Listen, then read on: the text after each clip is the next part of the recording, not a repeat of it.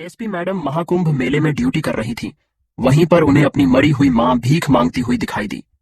क्या है इस घटना के पीछे का रहस्य जो खोखले रिश्तेदारों की काली सोच का पर्दाफाश करती है?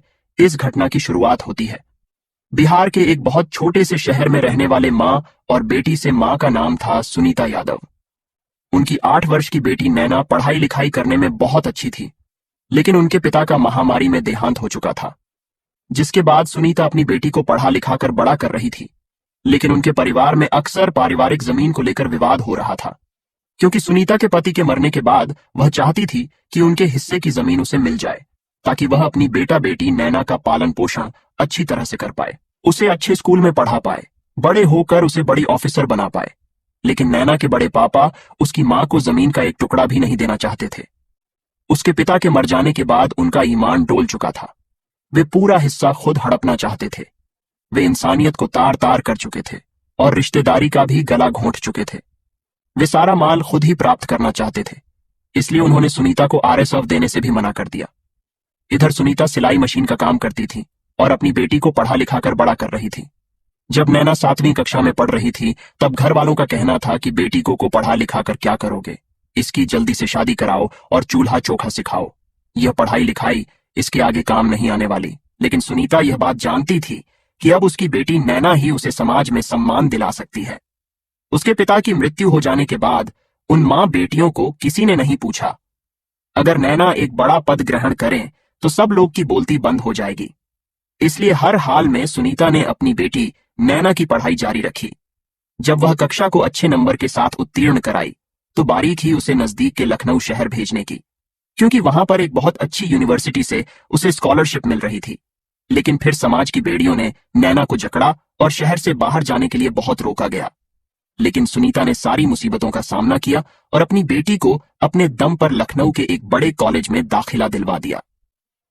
गांव शहर के सभी लोग हैरान थे, क्योंकि उस छोटे से शहर की कोई भी लड़की इतना आगे नहीं पहुंच पाई थी जितना नैना पहुंचने वाली थी। इसलिए सभी शहर के लोग उसे रोकना चाहते थे, उसकी टांग खींचना चाहते थे। यहां तक कि नैना के बड़े पापा भी नहीं चाहते थे कि वह जीवन में कुछ करके दिखाएं। इसी बीच अक्सर जमीन को लेकर विवाद चलता रहता था।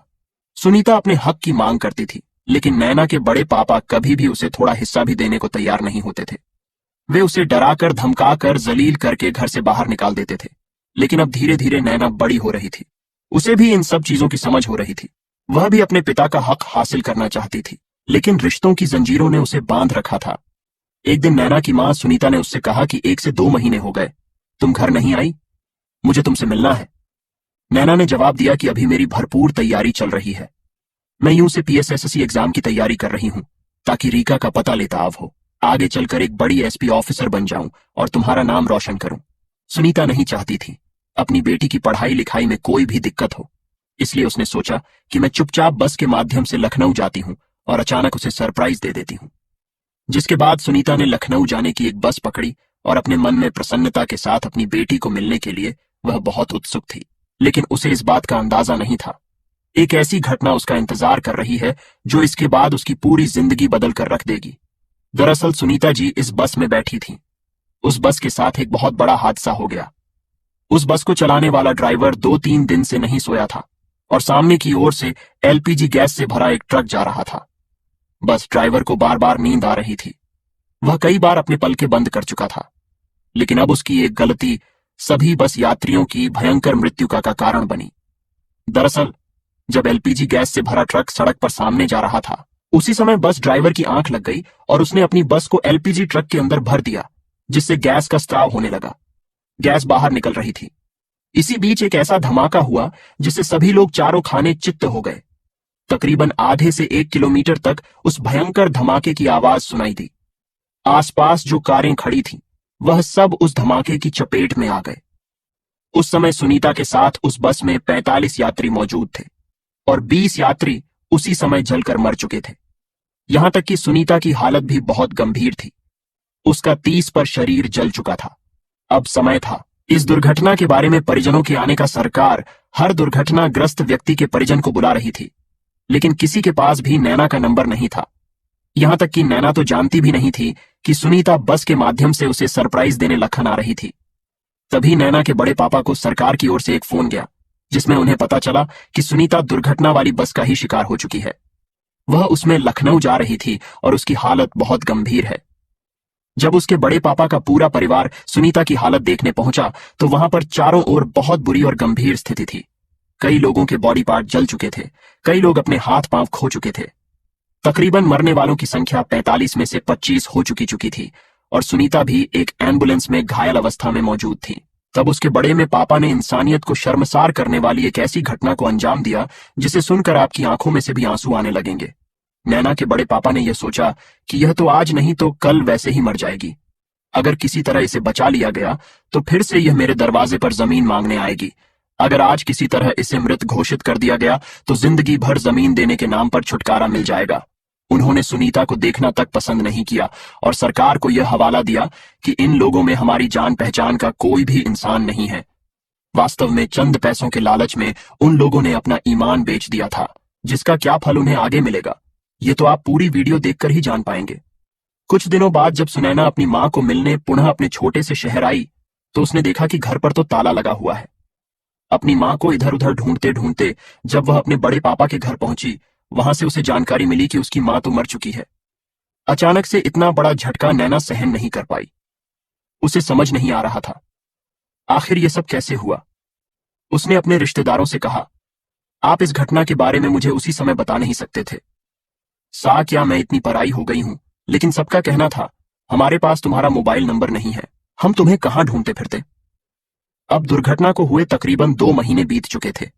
अब सुनीता कहां थी, किस हालत में थी, किसी को इस बात का कोई अंदाजा नहीं था। लेकिन नैना के बड़े पापा ने उसके मन में यह डाल दिया था कि हम लोग दुर्घटना वाली जगह पर गए थे और हमने देखा कि तुम्हारी मां पूरी तरह से जल चुकी है। वहां पर उसकी डेड बॉडी पड़ी हुई थी। हमने अपनापन दिखाते हुए उसका अंतिम संस्कार किया ताकि तुम्हारी मां की आत्मा को मुक्ति मिल सके। तुम्हें तो हमारा एहसान मानना चाहिए, बल्कि तुम हम पर ही गुस्सा कर रही हो। अब थक हार चुकी थी, उसके पास कोई जवाब नहीं था। जवाब उदास मन से और उस शहर को हमेशा हमेशा के लिए बुलाकर वह फिर से लखनऊ आ गई। अपनी मां के ख्याल उसे परेशान कर रहे थे। मन में एक विचार आ रहा था कि काश मैं मां के कहने पर उस दिन अपने घर चली जाती तो शायद मां की जान बच जाती, क्योंकि वह खुद मुझसे ही मिलने लखनऊ आ रही थी और उसी बस में दुर्घटना का शिकार हो गई। नैना दिन प्रतिदिन डिप्रेशन में जा रही थी, अपनी पढ़ पढ़ी लिखाई पर ध्यान नहीं लगा पा रही थी। लेकिन तभी मनोज के रूप में उसे एक सहारा मिला जो उसके साथ पढ़ाई करता था। मनोज ने उससे कहा कि तुम्हारी मां बहुत अच्छी थी, बहुत हिम्मत वाली थी। अपने पति के जाने के बाद उन्होंने तुम्हारा अच्छा खासा ख्याल रखा। जहां समाज ने चाहा कि तुम पढ़ाई ना करो, वहां पर तुम्हें पढ़ने के लिए उन्होंने सिलाई का काम किया, अपनी खुशियों को मार दिया, लेकिन तुम्हारी खुशियों को कभी मरने नहीं दिया। खुद फटे हुए कपड़े पहन लिए, लेकिन तुम्हारे लिए नए वस्त्र लाई। उसी को तो मां कहते हैं। क्या तुम उस मां का एक सपना पूरा नहीं करोगी? तुम्हारी मां चाहती थी तुम बड़ी ऑफिसर बनो। आज भले ही तुम अपनी मां को नहीं देख पाई, अंतिम समय में उनके साथ नहीं रह पाई, लेकिन अगर तुम उनका सपना पूरा करोगी तो आज जहां पर भी वह मौजूद है वह तुम्हें आशीर्वाद जरूर देगी। तुम्हें वर्दी में देखकर बहुत खुश होगी। मनोज की उत्साह बढ़ाने वाली इन बातों से नैना के अंदर फिर से चिंगारी उठी। वह समझ चुकी थी कि अब जिंदगी में उसे क्या करना है। उसे उसका सपना पूरा करना है, अपनी मां का सपना पूरा करना है। वह लखनऊ में पढ़ रही थी, साथ में यूपीएसएससी एग्जाम की तैयारी करने लगी। वह रात दिन एक करके पढ़ाई लिखाई कर रही थी। कभी कभी मन में पुरानी यादें आती थीं जो उसे भटकाती थीं, लेकिन उसका लक्ष्य अब बहुत मजबूत था। वह किसी भी हाल में नहीं झुकने वाली थी। वह कुछ बड़ा करने वाली थी। उसने ने हर संभव प्रयास किया, अपनी एड़ी से लेकर छोटी तक का जोर लगा दिया और यूपीएसएससी एग्जाम को हर हाल में पास करने के लिए ताबड़तोड़ मेहनत करी। और जब यूपीएसएससी परीक्षा का रिजल्ट आया तो पूरे देश भर में उसने काफी ठीक ठाक रैंक हासिल करी। वह मात्र 1 साल से पढ़ाई कर रही थी, फिर भी उसने यूपीएसएससी एग्जाम को पार कर लिया था, जो बड़े बड़े 30 मार खान भी 3 से 4 साल में नहीं कर पाते। यह उसके दृढ़ निश्चय और जबरदस्त हौसले का ही परिणाम था। अपनी रैंक के आधार पर नैना को एसपी पद सौंपा गया। अब उसके पास पावर थी, गाड़ी थी, उसके पास वह सब कुछ था जो उसे समाज में सम्मान दिला सकता था।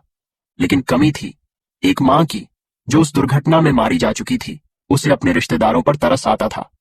उन्होंने बचपन में जो कुछ भी किया हो, लेकिन उन्होंने उसकी मां का सही समय पर अंतिम संस्कार की उसके मन को यह बात हमेशा तसल्ली देती थी। अब उसे लखनऊ में एक क्षेत्र में एएसपी पद पर नियुक्त किया गया था। काफी अच्छा काम वह अपने एरिया में कर रही थी। अपराध को मिटा रही थी और खास तौर पर नारी शक्ति के लिए लड़ रही थी, जिससे पूरे शहर में नैना का नाम गूंज रहा था। अब इधर प्रयागराज महाकुंभ शुरू होने वाला था। क्योंकि करोड़ों लोग इस महाकुंभ में शामिल होने वाले थे, तो ड्यूटी पर बहुत सारे पुलिसकर्मियों को बुलाया गया, क्योंकि भीड़ को संभालना था, अपराध को रोकना था, कुछ गलत लोगों का पर्दाफाश करना था, जिसके लिए पूरी दुनिया से काबिल पुलिस वाले बुलाए गए, जिसमें नैना का नाम भी शामिल था। लेकिन उसे इस बात का बिल्कुल भी अंदाजा नहीं था कि उसकी जिंदगी बदलने वाली है। इस महाकुंभ में उसके साथ कुछ ऐसा होने वाला है जो उसने सपने में भी नहीं सोचा होगा। आखिर ऐसा क्या होगा नैना के साथ, यह तो आप वीडियो अंत तक देखकर ही समझ पाओगे।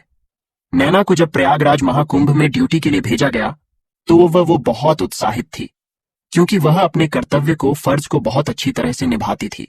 साथ ही साथ जब वह महाकुंभ पहुंची, तो उसने कई फर्जी बाबाओं का पर्दाफाश किया, क्योंकि एक मछली पूरे तालाब को गंदा कर देती है। नैना नहीं चाहती थी एक गलत साधु की वजह से लोग बाकी साधुओं पर भी विश्वास करना बंद कर दें। इसलिए सबसे पहले उसने फर्जी बाबाओं का भंडाफोड़ किया और भीड़ की व्यवस्था को सुचारू रूप से चलाया। तकरीबन 1 सप्ताह तक वह अपनी ड्यूटी अदा कर चुकी थी। एक दिन जब वह महाकुंभ में ड्यूटी कर रही थी, तभी उसे एक महिला बूढ़ी भीख मांगते हुए दिखाई दी। नैना को समझ नहीं आ रहा था कि आखिर यह कौन है, लेकिन उसे देखकर पता नहीं क्यों अपनापन सा महसूस हो रहा था। उस बूढ़ी औरत का आधा चेहरा जला हुआ था। उसका शरीर बहुत दुबला पतला था, मानो कई दिनों से कुछ भी नहीं खाया हो। तब नैना को उसकी स्थिति पर दया आ गई और सोचने लगी कि मैं इसकी कुछ मदद कर देती हूं। नैना ने अपने पर्स में से पैसे निकाला और उस बूढ़ी औरत से कहा कि अम्मा लो, ये पैसे अपने पास रख लो। लेकिन जैसे ही उस बूढ़ी औरत की नजर नैना पर पड़ी, वो बिलक बिलक कर रोने कुछ लगी और कहने लगी, मेरी बच्ची, मैं तुम्हारी मां सुनीता हूं। क्या तुमने मुझे पहचाना? मैं सालों से तुम्हें ढूंढ रही हूं। आखिर तुम कहां चली गई थी? मैंने तुम्हारा पता लगाने की बहुत कोशिश करी। यह बात सुनकर नैना कुछ देर के लिए हैरत अंगेज रह गई। उसके हाथ पांव कांप रहे थे, उसके रोंगटे खड़े हो गए थे। तभी उसने महसूस किया कि वह बूढ़ी औरत कोई और नहीं बल्कि उसकी मां सुनीता है। उसके होश उड़ गए। अपनी मां को महाकुंभ मेले में जीवित देखकर, विकांड की तरह भीख मांगते देखकर उसके हाथ कांप रहे थे। लेकिन उसकी मां तो मर चुकी थी। आखिर वह इस महाकुंभ में जीवित कैसे थी? यह सवाल उसके दिमाग में गूंज रहा था। सबसे पहले उसने अपनी मां को गले से लगाया और कहा, मां, तुम जिंदा हो। मैंने तो सुना था तुम बस हादसे में मर गई। मैं तब से तुम्हें मृत मान रही थी। मुझे इस बात का बिल्कुल भी अंदाजा नहीं था कि तुम जिंदा हो। मुझे माफ कर दो। उसने अपनी मां को गले से लगाया और कोने में बैठाकर पानी पिलाया। अपनी मां की ऐसी स्थिति देखकर उसे बहुत दया आई। लेकिन कुछ देर बाद उसकी मां ने जो सच्चाई नैना को बताई, उसे सुनकर आपके भी पसीने छूट जाएंगे। सुनीता ने बताया, उस दिन मैं लखनऊ जाने वाली बस में तुमसे मिलने आ रही थी, लेकिन अचानक बीच रास्ते में हमारी बस एक एलपीजी गैस वाले ट्रक के साथ टकरा गई और भयंकर अग्नि विस्फोट हो गया, जिसमें कई लोग मर गए। मैं भी 40 पर तक जल चुकी थी और मेरी हालत बहुत गंभीर थी। रिश्तेदारों को भी बुलाया गया, तुम्हारे बड़े पापा को भी बुलाया गया, लेकिन उन्होंने मेरी तरफ देखा तक नहीं और यह बयान दे दिया कि मेरा तो यहां कोई भी नहीं है।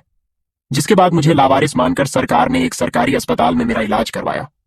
तकरीबन 1 माह के पश्चात में सही हुई। लेकिन मैं उस समय किस अस्पताल में थी, किस शहर में थी, मुझे बिल्कुल भी अंदाजा नहीं था। साथ ही साथ उस हादसे में मेरे सर पर गंभीर चोट आई थी, जिस वजह से मैं अपनी याददाश्त भी खो चुकी थी। मैं इधर उधर भटक रही थी, दर दर की ठोकरें खा रही थी। मेरा कोई अपना नहीं था। तब कुछ लोगों ने मुझे उस शहर के एक वृद्धाश्रम छोड़ दिया, लेकिन कुछ दिनों बाद मैं वहां से भी भाग आई और आज इस प्रयागराज महाकुंभ में भिखारन के रूप में भीख मांग रही हूं। लेकिन जब मैंने तुम्हारा चेहरा देखा तो मुझे अपना सारा पुराना समय याद आ गया। मेरी बेटी, तुम्हें देखकर मेरी याददाश्त वापस आ गई। तुम मेरे लिए बहुत भाग्यशाली हो। अब एसीपी मैडम को बहुत भयंकर गुस्सा आ रहा था, क्योंकि उसके बड़े पापा ने जो उसे कहा था कि उन्होंने अपने हाथों से तुम्हारी मां का अंतिम संस्कार किया, वास्तव में वह बात झूठी थी। वह केवल जमीन हड़पने के लिए यह सारा ड्रामा रच रहे थे। जिसके बाद उसने अपनी मां को नहलाया, धुला, अपने साथ सरकारी जीप में बिठाया। उसी समय छुट्टी लेकर बिहार के अपने गांव पहुंची और वहां पर अपने बड़े पापा को 2 थप्पड़ मारकर नैना ने उन्हें धूल चटा दी। अपनी मां को सामने पेश किया और कहा कि तुम तो कह रहे थे कि मेरी मां मर चुकी है, हमने खुद उसका अंतिम संस्कार किया है, तो यह औरत कौन है? जब सभी लोगों ने सुनीता को सही सलामत देखा तो उनके भी रोंगटे खड़े हो गए, क्योंकि उन्हें अंदाजा नहीं था कि सुनीता बच जाएगी। लेकिन जा को राखे साइयां मार सके ना कोई। ये कहावत यहां पर सत्य होती नजर आ रही थी, जिसके बाद सबके सामने यह सच्चाई आई कि नैना के बड़े पापा जमीन हड़पना चाहते थे। जमीन का एक भी कतरा सुनीता को ना देना पड़े, इसलिए उन्होंने यह घटिया चाल चली थी, जो वास्तव में इंसानियत को शर्मसार करने वाली थी। जिसके बाद नैना ने हिम्मत नहीं हारी और अपनी मां को उसका हक दिलाने के लिए लखनऊ का सबसे बड़ा वकील किया। उसके पास पावर थी, एसपी का पद था।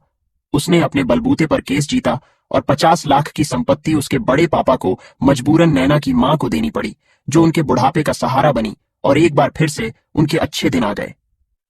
इस पूरी घटना को लेकर आप क्या विचार रखते हैं, मैं नीचे कमेंट बॉक्स में जरूर बताना। वीडियो अगर आपको पसंद आई हो तो लाइक कर देना, साथ में चैनल को सब्सक्राइब करके बेल आइकॉन को प्रेस करना मत भूलना। सभी दर्शकों को बहुत बहुत धन्यवाद।